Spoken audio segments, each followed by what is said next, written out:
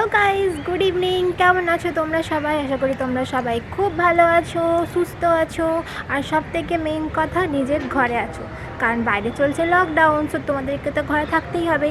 আর দেখতে পাচ্ছ যেখান থেকে আমি আগের ব্লগটা শেষ করেছিলাম সেখান থেকে আজকে নতুন ব্লগ আমি স্টার্ট করে দিলাম। আর আকাশে এখনও সূর্য জল করছে, কিন্তু ভেবো না এখনও দিনের বেলা, এখন অ্যাকচুয়ালি বিকেলবেলা। আর এখন বেজে গেছে বিকেল 5:30। ওই দেখো অ্যানাউন্সমেন্ট শুনতে পাচ্ছ, সবাইকে বলা হচ্ছে ঘরে থাকার জন্য, কিন্তু যেটা একদমই কেউ শুনছে না। অ্যাকচুয়ালি লাভ কিছুই নেই, অ্যাকচুয়ালি এটা লস। কারণ টিভিতে আমি দেখলাম অনেক জায়গায় পুলিশ কর্মীরা যেখানে লকডাউনটাকে জারি করার জন্য এলাকায় ঘুরে বেড়াচ্ছে, উপরন্তু পুলিশদেরকে ধরে ধরে অনেকে প্যাঁদাচ্ছে, কিন্তু এতে লাভ কিছু হওয়ার নেই, জানো তো। অ্যাকচুয়ালি কিন্তু লস আমাদেরই। যে যত বেশি লকডাউন মানবে না তত দিন পর্যন্ত বেশি কিন্তু লকডাউন আরও চলতেই থাকবে, তো সেটাতে কিন্তু সবারই লস। তো লকডাউনটা যদি কেউ প্রপারলি মানে তাহলে আমার মনে হয় না যে 21 দিন বা 1 মাস 1.5 মাসের বেশি লকডাউনের প্রয়োজন হতো। কিন্তু মেন কথা কেউ লকডাউনটাকে মানছেই না, মানে সিরিয়াসলি কেউ নিচ্ছে না, যেই কারণে লকডাউন এখন চলছে আর চলতেই থাকবে। কতদিন চলবে তার কোনো ঠিক ঠিকানা নেই। আর আমরা এভাবেই গৃহবন্দী জীবনযাপন করব। আর বিকেলবেলায় তোমাদেরকে ছাদে নিয়ে আসার মেন রিজন হলো প্রকৃতির দৃশ্য দেখানো। আর আমাদের ফ্ল্যাটের ছাদ থেকে যে ভিউটা তোমরা দেখতে পাবে, সত্যি বলছি এরকম ভিউ মানে আমি আমার লাইফে কোনদিন দেখিনি। অনেক জায়গায় হয়তো তোমরা বেড়াতে গেলে সেখানেও দেখতে পাবে, বাট নিজের ঘর থেকে নিজের ঘরের ছাদ থেকে হয়তো দেখতে পাবে না। তোমাদেরকে আজকে আমি পুরো এই ছাদের ভিউটা 360 ডিগ্রি পুরো ছাদের ভিউটা তোমাদেরকে আজকে দেখাবো। তাহলে তোমরা বুঝতে পারবে যে কত সুন্দর আমাদের ফ্ল্যাটের ছাদ থেকে প্রকৃতির দৃশ্যটা। আর শুধুমাত্র কিন্তু শুধু ছাদ থেকে যে সুন্দর, শুধু এই জন্য সুন্দর বলেই সুন্দর কিন্তু বলছি না, এখান থেকে দেখা যায় দ্বিতীয় হুগলি সেতু। এই দেখো, দেখতে পাচ্ছ কি? ওকে আমি জুম করে দেখাবো তোমাদেরকে, আগের দিনের ব্লগে তোমাদেরকে দেখানো হয়নি। এখান থেকে দেখা যায় দ্বিতীয় হুগলি সেতু, এখান থেকে দেখা যায় ভিক্টোরিয়া। তো যে কারণে এই ছাদটা আমার কাছে এতটা বেশি স্পেশাল। আর বিকালবেলা যদি একটু ধরো হাঁটতে হয় বা একটু মজা করতে হয়, ছাদে তো আসতেই পারি, তাই না? আর ছাদটাই এখন আমাদের জীবনের সেরা জায়গা হয়ে গেছে। আমাকেই দেখো ঘরে থাকতে থাকতে এত বোর হয়ে গেছি, বরের সঙ্গে সারাদিন ঝগড়াঝাঁটি অশান্তি লেগেই আছে। সেই জন্য ভাবলাম না, একটু ছাদে গিয়ে তোমাদের সাথে একটু বাকার করে আসি, তাহলে মনটা হালকা। কী করবো বলো, এই টাইমে তো নিজের বান্ধবীদের সঙ্গে কথা বলতে পারছি না, মায়ের সাথে কথা বলতে পারছি না, বাবার সাথেও কথা বলতে পারছি না, ভাইয়ের সাথে কথা বলতে পারছি না। কথা বলতে পারছি কার সাথে? বরের সাথে। আর জানো তো, বেশি যখন কথা হয় কারোর সঙ্গে তখন কিন্তু মানে কথাটা কিছুক্ষণ পর আর কথা থাকে না, কথাটা স্পিড হতে ঝগড়ায় রূপান্তরিত হয়। আমারও ঠিক সেম দশা হয়েছে। দেখো কি সুন্দর view.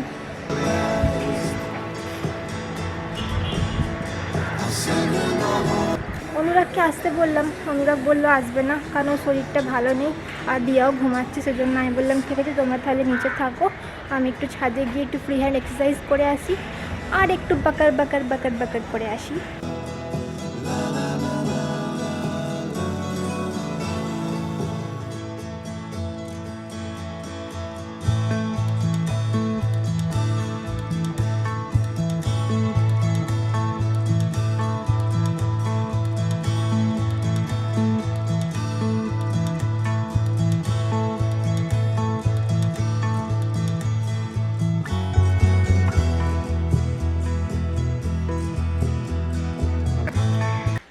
Welcome back to my channel. কেমন আছো তোমরা সবাই? আশা করি তোমরা সবাই ভালো আছো, সুস্থ আছো, আর সব থেকে মোস্ট ইম্পর্টেন্ট কথা নিজের ঘরে আছো।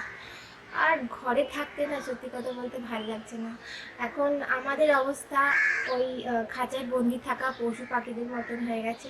পশু পাখিরা এখন আকাশে উড়ে বেড়াচ্ছে আর আমরা এখন বন্ধ ঘরে খাঁচায় একদম বন্দি হয়ে রয়েছি। কিন্তু কিছু করার নেই। আশা রাখছি খুব তাড়াতাড়ি অবস্থার পরিবর্তন হবে আর আমরাও মুক্ত আকাশের মধ্যে উড়ে বেড়াতে পারবো। মানে লকডাউনটা শেষ হবে, আমরা আবার নিজের লাইফস্টাইলে ফেরত যেতে পারবো। বাট কত তাড়াতাড়ি যেতে পারবো সেটা এখনও পুরো অনিশ্চয়তার মধ্যে যাচ্ছে। তো দেখা যাক কবে লকডাউন ভাঙে। এই ঘরে এই জানলাটা একটা এমন জায়গা, মানে কি বলবো, মানে মুক্ত বাতাস মানে মুক্ত প্রকৃতিকে এখানে বসে আর কি দেখা যায়। আর আমার সামনে একটা কৃষ্ণচূড়ার গাছও আছে। এটা আমি বিয়ের প্রথম দিন থেকে এসে দেখছি। এই গাছটা হয়তো অনেক পুরনো, আমার বরের মুখে শুনেছি যে এই গাছটা নাকি অনেক পুরনো। তো এই গাছে না অ্যাকচুয়ালি জানো তো অনেকগুলো পাখি থাকে। আমি কোকিলকে দেখেছি, আমি কাক দেখেছি, আমি টিয়া দেখেছি এই গাছটার মধ্যে, আমি বুলবুল পাখি দেখেছি, আরও অনেক রকমের পাখিরা।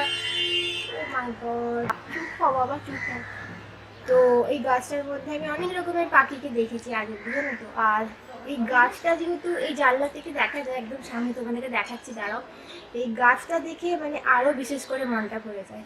মানে কি বলো, চতুর্দিকে তো ঘর বাড়ি ফ্ল্যাট হয়ে গেছে, শুধু এই রুমের এই জানলাটা একটা এমন কোণ যেটা খুললে আর কি গ্রিন পরিবেশ দেখা যায়। মানে কি বলবো, গ্রিন পরিবেশ মানে গাছ, খুব ভালো লাগে। এই জানলাটা খুললে যেহেতু এই গাছটা দেখা যায়, বড় একটা গাছ, অনেক রকমের পাখিরা এখানে আসে যায়, পাখির ডাক শুনতে পাই।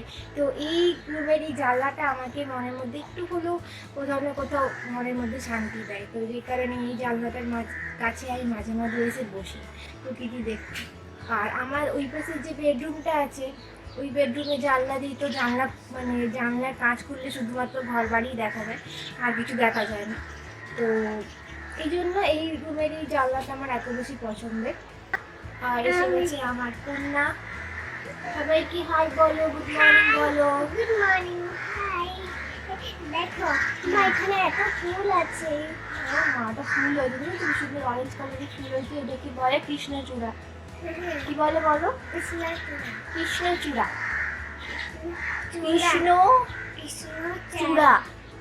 কৃষ্ণচূড়া। ইয়ে মা, কি বলছিস তুই?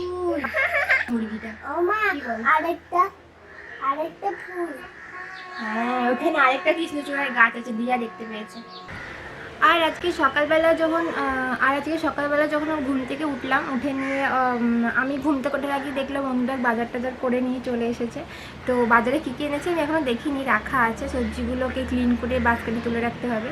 আর যেটা তোমাদেরকে বলছিলাম, সবথেকে ইম্পর্টেন্ট কথা, আজকে বাইরে দেখছি কাল রাতে মনে হয় বৃষ্টি হয়েছে, 1 হাঁটু জল জমে গেছে।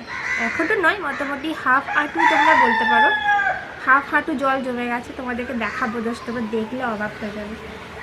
সামান্য একটু যদি বৃষ্টি হয়েছে, ধরো 1 ঘন্টা 8 ঘন্টা খুব জোরে অজোরে বৃষ্টি হলো, সঙ্গে সঙ্গে আমাদের এই পাড়াতে 1 হাঁটু জল জমে যাবে। কেন যে এরকম হয় সেটা আমি সত্যিই কিন্তু জানি না, কারণ আমার বরের মুখে শুনছি ছোটোবেলা থেকেই নাকি ও এরকমই দেখে এসেছে এই পাড়াটাকে। মানে একটু বৃষ্টি হলেই পুরো 1 হাঁটু জল জমে যায়। তোমাদেরকে দেখাবো বাইরেটা কী অবস্থা। এখানে এই পাড়াতে খাসির মাংস টাংস কিন্তু পাওয়া যাচ্ছে না। আর সবথেকে বড় কথা যে মাংস কেনার জন্য আমাদেরকে আর বাজারের ভিতর অবধি যেতে হচ্ছে না। আমাদের ঘরের সামনে একটা দোকান খুলেছে, ওইখানে মুরগির মাংস পাওয়া যাচ্ছে। তো সবজি টবজি তো ছেড়ে দাও, এরকম যখন জল জমে আমাদের পাড়াতে সবজিওয়ালা তো সবজি নিয়ে বসেই না। কিন্তু এখন সুবিধা হয়েছে, শুধুমাত্র মাংসটা ঠিকঠাক পাওয়া যাচ্ছে, চিকেনটা পাওয়া যাচ্ছে। চিকেন বিক্রি করছে আমাদের ঘরেরই সামনে। এখানে একটা গাছ আছে, গাছের তলায় বসে একটা লোক মুরগি কাটছে। তো চিকেনের নাম বলতে চিকেন ডাকসুন। তো চিকেনটা ঠিকঠাক পাওয়া যাচ্ছে, মাটন ফাটন তো পাওয়া যাচ্ছে না, সবজিও পাওয়া যাচ্ছে না। এখন গোটা পাড়ার লোক শুধুমাত্র চিকেন খেয়েই রয়েছে। কী দশা, হ্যাঁ, কী দিনকাল এলো। একই করোনার উপদ্রব, তার উপরে আবার আমাদের পাড়ায় 1 হাঁটু জল। একই সবজিওয়ালা বসছে না, তারপরে বিস্কুট চোটে যে কটা সবজিওয়ালা বসেছিল সে কটাও এখন উঠে চলে গেছে। এইরকম পরিস্থিতিতে এখন আমাদের জীবনযাপন করতে হচ্ছে। এটা জীবন না অন্য কিছু? হ্যাঁ, এরকমভাবে আমাদেরকে কোনোদিন দিন কাটাতে হবে সত্যিই ভাবিনি। ওকে চলো, হ্যাঁ, অনেক বক বক করে ফেললাম ভিডিও শুরুতেই। আর এখন বেজে গেছে সকাল 12টা মনে হয় বাজে। যদি আমার ভিডিওতে কেউ দেখেন যে সকাল বিকেল করে আমরা চিকেন খাচ্ছি, তাহলে হয়তো অনেকে ডাউট করবে যে এরকম কষ্টের দিনে তোমরা এত চিকেন খাচ্ছ। বাট কিছু করার নেই, যেখানে সবজি পাওয়া যাচ্ছে না, যেখানে চাল ডাল পাওয়া যাচ্ছে না, সেখানে চিকেন খেয়ে থাকা ছাড়া কোনো উপায় নেই। কী করবে মানুষ? যেটা অ্যাভেলেবেল থাকবে সেটাই তো খাবে, তাই নাকি? তাই না? ওকে চলো তোমাদেরকে বাইরের দৃশ্যটা দেখাই। হ্যাঁ, 1 হাঁটু জল জমেছে, তোমাদেরকে দেখাবো, চলো দেখাই। বাইরের অবস্থাটা দেখো, কত জল জমে গেছে। কালকে রাত্রিবেলায় মনে হয় 2 ঘন্টা মতন বৃষ্টি হয়েছে, তাতেই দেখো কি অবস্থা আমাদের পাড়ার। দেখতে পাচ্ছ আমাদের ঘরের গলির সামনে পুরো জল জমে গেছে। আর তোমাদেরকে বলছিলাম না একটা মুরগিওয়ালা আছে, এই দেখো দেখতে পাচ্ছ গাছের কোনাতে এই জায়গাটাতে মুরগিওয়ালা বসে, ওই স্ল্যাবটার উপরে।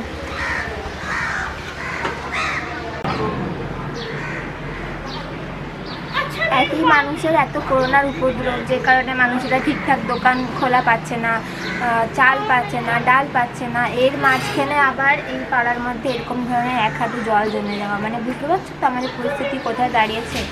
আর আমি এখন বসে আছি আমার ব্যালকনিতে। আর কালকে একটা আশ্চর্যজনক জিনিস দেখলাম, আমি জানি না এটা কি, তোমরা যদি কেউ জেনে থাকো প্লিজ আমাকে একটু কমেন্ট করে জানিও। আমাদের আমার মানে কী বলবো, গাছের যে পাতাগুলো আছে না সাইড থেকে না এরকম গোল গোল গোল গোলভাবে খেয়ে গেছে। তোমাদেরকে দেখাচ্ছি দাঁড়াও, মানে কালকে রাত্রিবেলা দেখে আমি জাস্ট নিজে চমকে গেছি যে এরকম কী জিনিস আছে যেটা পাতাগুলোকে এইভাবে খেয়ে নিচ্ছে। এ দেখো, দেখছো পাতাটা কেমন করে সাইড থেকে গোল গোল করে খেয়ে নিয়েছে, দেখতে পাচ্ছ কেমন গোল গোল করে খেয়ে নিয়েছে। দুদিন আগে আমি দেখলাম পাতাগুলো এরকম কিছু ছিল না, কিন্তু এখন দেখো পাতাগুলোকে কেমন গোল গোল করে সাইড থেকে খেয়ে নিয়েছে। আর শুধু এই গাছটাই নয়, এমনকি আমার এপাশে যে বেলি ফুলের গাছটা রয়েছে না, দেখতে পাচ্ছ, focus focus focus focus focus focus হচ্ছে না, দেখতে পাচ্ছ এই পাতাটা কেমন করে খেয়ে নিয়েছে। তোমরা একটু জেনে থাকলে প্লিজ আমাকে একটু কমেন্ট করে জানিও না গো। আমার এই ছোট্ট বাগান ব্যালকনিতে, বাট সত্যি বলছি বাগানটাকে আমি খুব পছন্দ করি। ভাবলাম কিছুদিন আগে ভাবলাম যে লকডাউনটা শেষ হলে গাছ টাছ কিনে এনে টব কিনে এনে লাগাবো, সেটাও হলো না। দেখো এখানেও আমার একটা ছোট পুঁই গাছ হয়েছে, এখানেও আমার ছোট্ট একটা পুঁই গাছ হয়েছে। ওকে চলো তাহলে, অনেকক্ষণ ধরে ব্যালকনিতে বসা হয়ে গেল, জানলার ধারে বসা হয়ে গেল, এবার দুপুরে রান্নার দিকে এগোতে হবে। আর আজকে দুপুরবেলা দেখি একটু মটর সেদ্ধ করেছি, আর তোমাদেরকে তো বললাম রুটি করবো। তো চলো এবার যাই। হ্যাঁ, বসে থাকলে প্রকৃতির ধারে মনে হবে বসেই থাকি। দেখতে পাচ্ছ আমার উপাসটা দেখো কি সুন্দর, সবুজ গাছগাছড়ায় ঘেরা। এখানটা বসলে মনে হয় বসেই থাকি, এত সুন্দর লাগে আমার এই ব্যালকনিটা। দেখতে পাচ্ছ আমার টবগুলোর কি দশা, নতুন টব কিনে যে একটু গাছগুলোকে শিফট করবো সেটাটা পর্যন্ত উপায় পেলাম না আমি। ওকে চলো, হ্যাঁ এবার যাই ঘরের দিকে, রান্না বান্নাটা সারতে হবে, অনেকক্ষণ বসা হয়ে গেল। আর এই হলো সবজি বাজার, এখানে আছে শসা, আর এখানে আছে পটল, আর এখানে আছে ভিন্ডি। এই সবজিগুলোকে এখন আমাকে ধুয়ে বাস্কেটে তুলে রাখতে হবে।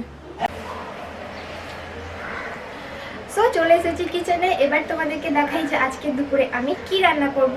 আজকে দুপুরে রান্না করব আমি মাংস দিয়ে ঘুগনি, অনেকদিন বাদ আমি মাংস দিয়ে ঘুগনি বানাচ্ছি অ্যাকচুয়ালি। আর আরেকটা কথা তোমাদেরকে বলে রাখি, মাংসের ঘুগনিতে অ্যাকচুয়ালি মাংসের কিমা টাইপের মাংস ইউজ করা হয়, কিন্তু আমার কাছে কিমা রেডি করা ছিল না। তো যেই পিসগুলো নরম ছিল সেগুলোকে আমি ছোটো ছোটো সাইজের, এরকম সাইজের দেখতে পাচ্ছ কেটে নিয়েছি। বাট যেগুলো বড় পিস ছিল, যেগুলোতে ধরো হাড্ডি হুড্ডি ছিল, সেটাগুলো আমি কাটতে পারিনি, তো সেগুলোকে আমি বড় সাইজেই রেখে দিয়েছি। সেটাকে ভালো করে আমাকে কুক করতে হবে। আর এরপর সাইডে মটর সেদ্ধ করে নিয়েছি। আর মাংসের ঘুগনি তো আমি বানাবো, তার আগে একটা ভাজা মশলা রেসিপি তোমাদের সাথে লাস্ট ভিডিওতে বলেছিলাম যে শেয়ার করবো বলে, যেটা শেয়ার করা হয়নি। তো অ্যাকচুয়ালি ওই ভাজা মশলাটা আমার শেষ হয়ে গেছিলো, অনেকদিন ধরে ভাবছিলাম বানাবো, কিন্তু বানাইনি আমি, যে কারণে আমি ভেবেছিলাম যে তোমাদেরকে যখন আমি নিজের রান্নাঘরে নিয়ে আসবো তখন এই ভাজা মশলার রেসিপিটা তোমাদের সাথে শেয়ার করবো। তো যে কারণে আমি ঘরে ওই মশলাটা বানাইনি, ভেবেছিলাম তোমরা আমার যখন রান্নাঘরে আসবে তখন তোমাদের সামনে ওই ভাজা মশলাটা বানাবো। আর কি বলো, তোমরা যদি ছোটোখাটো ভাজা মশলাগুলো ঘরে বানিয়ে রেখে দিতে পারো, তাহলে 8-10 জনের থেকে তোমার হাতের রান্না কিন্তু একটু ডিফারেন্ট হবেই হবে। আগেকার দিন দেখবে যে ঠাকুমা পিসিরা ছিল, তাদের হাতের রান্না কিন্তু অনেকটাই ডিফারেন্ট ছিল, কারণ ডিফারেন্ট লাগতো। তার কারণটা কি বলো, তারা বাটা মশলা ইউজ করতো। এখনকার দিনে তো বাটা মশলার যুগ শেষ হয়ে গেছে, ছেড়ে দাও, এখন সিলে বেটে মশলা কেউ ইউজ করে না, এই জন্য রান্নাটাও অত ভালো হয় না। এখন প্যাকেটের মধ্যে সবজি মশলা, এই মশলা সেই মশলা, অনেক রকমের মশলা বেরিয়ে গেছে। চানা মশলা, চানার জন্য চানা মশলা, সবজির জন্য সবজি মশলা, মাংসের জন্য চিকেন মশলা। আগেকার দিনে তো এত কিছু ছিল না। চলো ভাজা মশলার রেসিপিটা তোমার সাথে শেয়ার করবো, তোমরা দেখে নাও এই ভাজা মশলাটা কী করে বানাই। আর এই ভাজা মশলাটা তোমরা চিকেন, মাছ, মাংস, সবজি সব কিছুতে ইউজ করতে পারো, মাল্টিপারপাস ইউজ হবে। মানে এই মশলা দিয়ে দিলে একদম তোমার রান্নাটা সুপার ডুপার হিট হয়ে যাবে। তো চলো ভাজা মশলা রেসিপিটা দেখে নাও আমি কি করে বানাচ্ছি। ওকে, তো সব থেকে আগে আমি এখানে বসিয়ে দিয়েছি একটা ননস্টিক কড়াই, ঠিক আছে। এরপরে আমি দেব আমার গোটা মশলাগুলো। ভালো করে যখন কড়াইটা একদম গরম হয়ে যাবে তারপরে গোটা মশলাগুলো দিয়ে দিতে হবে কড়াইয়ে। থেকে প্রথমে কড়াইয়ের মধ্যে আমি দিচ্ছি 1 2 3 4 5টা শুকনো লঙ্কা দিয়ে দিলাম। ঠিক আছে, 5টা শুকনো লঙ্কা দিয়ে দিয়েছি আমি, দেখতে পাচ্ছ তোমরা নিশ্চয়ই। আর এরপরে আমি দেব গোটা জিরে। গোটা জিরে কমসে কম 3 চামচ মতন আমি দিয়ে দিয়েছি, বড় চামচে 3 চামচ মতন। তোমরা যদি একটু বেশি কোয়ান্টিটিতে বানাচ্ছ তাহলে বেশি দিতে পারো। এরপরে আমি এর মধ্যে দেব 2 চামচ গোটা ধনে। আমি একসাথে বেশি কোয়ান্টিটির বানাই না, এইটুকু কোয়ান্টিটি আমি বানিয়ে রাখি, আর আমার শেষ হয়ে গেলে আবার আমি নতুন বেশি করে কোয়ান্টিটি আবার বানাই। তো এটাকে ভালো করে আমাকে নাড়াচাড়া করে নিতে হবে। এতে কি হবে বলো তো, গোটা মশলার ভিতরে যে ময়েশ্চারটা থাকে ওটা একদম চলে যাবে আর খুব ভালো করে গুঁড়ো হয়ে যাবে। আর সব থেকে বড় কথা, এটা তোমরা অনেক দিন পর্যন্ত স্টোর করে রাখতে পারবে। যেহেতু এটাকে আমরা কড়াইয়ের মধ্যে উলিয়ে নিচ্ছি, এটাতে যেটুকু ময়েশ্চার থাকবে সেটুকু যেহেতু চলে যাবে, সেই কারণে কিন্তু বর্ষাকালেও তোমরা এটাকে ইজিলি রেখে ইউজ করতে পারবে। এটার মধ্যে পোকাও লাগবে না আর এই মশলাটা নষ্টও হবে না। এরপর এটার মধ্যে দেখো আমি দিয়ে দিচ্ছি 3টে লং, 2টো লং আর একটু গোলমরিচ।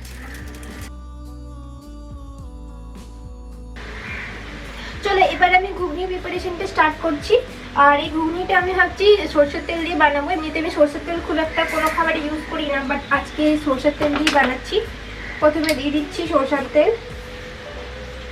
তেলটা একটু গরম হয়ে গেলে দিয়ে দিচ্ছি আমি গোটা গরম মশলা, আর এখানে একটা এলাচ আছে যেটাকে আমি ফাটিয়ে দিচ্ছি। এরপরে যে আলুগুলো আমি রেখেছি সেই আলুগুলোকে আমি ভালো করে ভাজা করে নিচ্ছি। এই তেলের মধ্যে ভাজা করে নিচ্ছি আমি আলুটাকে একদম ভালো করে ভাজা করে আমি ফার্স্টে তুলে নেব। দেখো আমার আলুগুলো হালকা ভাজা হয়ে গেছে। এবার আলুগুলোকে আমি তুলে নিচ্ছি একটা প্লেটের মধ্যে। এবার যেটুকু তেল কড়াইয়ের মধ্যে আছে ওইটুকু তেলের মধ্যেই আমি রান্না করব। যেহেতু গরম মশলা আমি আগে দিয়ে দিয়েছিলাম, এই জন্য আর গরম মশলা দিচ্ছি না, দিয়ে দিচ্ছি পেঁয়াজ।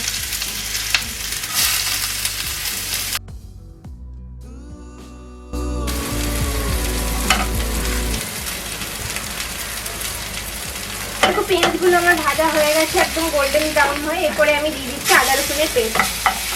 এই 1 চামচ মতো আদা রসুনের পেস্ট আমি দিয়ে দিলাম। এবার এই স্টেজে আমার মাংসটা যেটা আমি ধুয়ে রেখেছিলাম সেটা দিয়ে দিচ্ছি। এবার আলুটা আমি হাফ ভাজা করে রেখেছিলাম সেটা দিয়ে দিচ্ছি।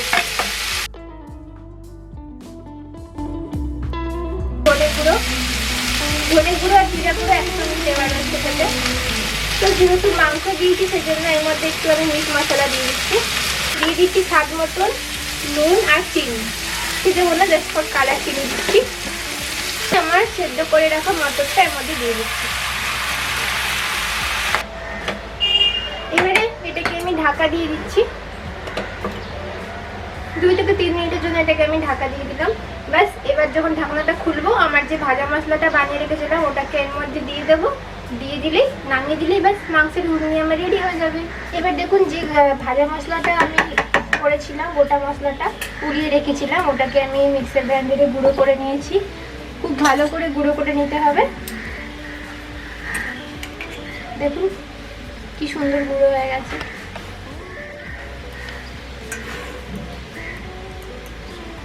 একদম কিন্তু ভিতরে কোনো দানা নেই, খুব সুন্দরভাবে এটা গুঁড়ো হয়ে গেছে। এবার এটাকে একটা এয়ারটাইট কন্টেনার নেবেন, এরকম ধরনের কন্টেনারের মধ্যে মশলাটাকে ঢেলে স্টোর করে রেখে দেবেন ফ্রিজে। ফ্রিজেও রাখতে পারেন, বাইরেও রাখতে পারেন, কোনো অসুবিধা নেই। আর সব থেকে বড় কথা, মশলা যেমন বর্ষাকালে পোকা লেগে যায়, এই মশলা যদি আপনি বাইরেও রাখেন কোনোভাবেই কিন্তু পোকা ধরবে না। একদম দেখতে কফির মতন লাগছে। ভুল করে কিন্তু কফি ভেবে আবার খেয়ে নেবেন না। দেখবেন হয়তো ভুল করে সকালে কফি বানাতে গিয়ে ভুল করে এই মশলাটা হয়তো আপনি 1 চামচ দিয়ে দিয়েছেন। এরকমটা কিন্তু একদম করবেন না। আর এরপরে দেখি আমার ঘুগনিটা কি অবস্থায় আছে। দারুণ গন্ধ উঠেছে কিন্তু।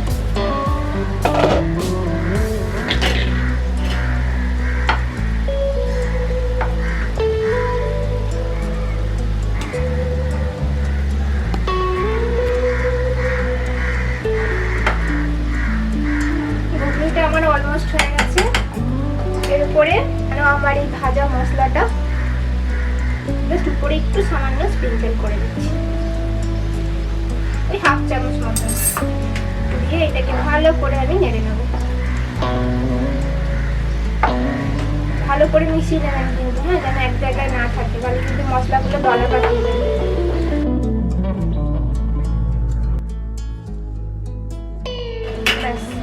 এবার ঢাকা দিয়ে 2 থেকে 3 মিনিট অপেক্ষা করবো, ব্যাস, তাহলেই আমার মাংসের ঘুগনি একদম রেডি হয়ে যাবে খাওয়ার জন্য, আর তারপর খেতে বসে যাবো।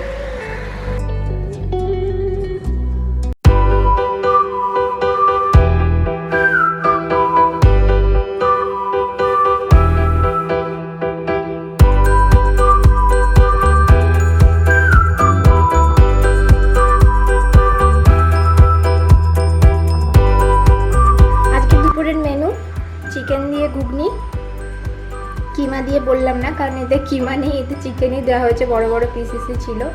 আর এখানে আছে স্যালাড, আর এখানে আছে সাম্বার ডাল, মাই ফেভারিট।